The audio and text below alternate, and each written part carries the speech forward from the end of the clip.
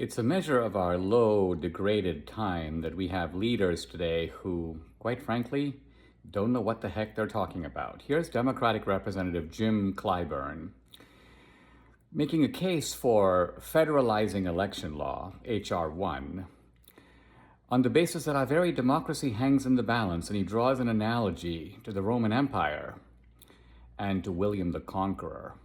Listen. You've got to decide whether or not members of Congress are going to stand up for constitutional principles for a democracy, or whether or not we're going to allow, as someone said earlier, the tyranny of the minority to run the country. And when you do that, then you are headed downhill fast. And that's what we're on to if we're not careful. You know, when I used to teach history, I used to tell my students all the time, I don't want you to remember for 2 days. When I was studying history, people would tell me about the dates, 476 AD. 476 AD, that's the year the Roman Empire fell and cast the whole world into darkness. And it did not come to light again until 1066 when William the Conqueror opened it up again.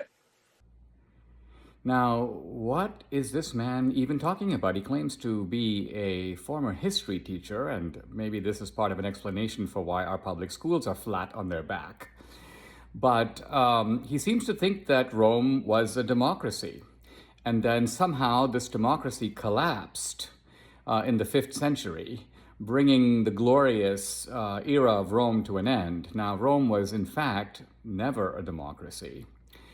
The ancient Greeks had democracy, but that was a very different type of democracy, direct democracy, not representative democracy.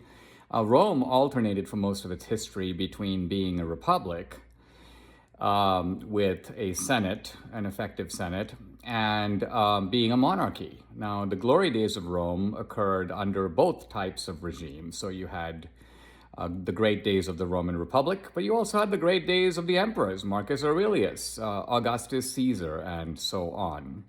Rome was destroyed because of internal debauchery, kind of debauchery, by the way, the left is promoting here, and also by the fact that Rome was weakened militarily, and so the barbarians from the north, the Huns, the Lombards, the Vandals, and so on, were able to smash into Rome and destroy the Roman Empire. That's what caused the end of Rome. Now, what about William the Conqueror, who, according to Representative Clyburn, quote, opened things up? Opened what up?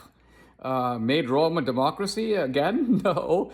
William the Conqueror was the leader of the French Norman kings who invaded Britain and took it over from the outside by force. How does that equate to opening anything up?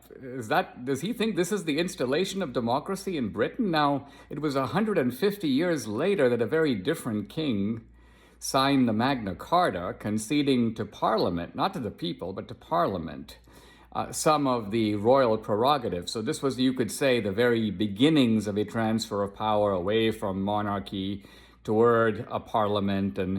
But real democracy, in the sense of popular accountability, didn't come to England until centuries later. So what you have is a complete mishmash of history being given by an ignorant man who used to be a teacher, believe it or not, and is now with kind of equal aplomb, equal idiotic self-confidence, serving in Congress and trying to fix our democratic process. Oh dear.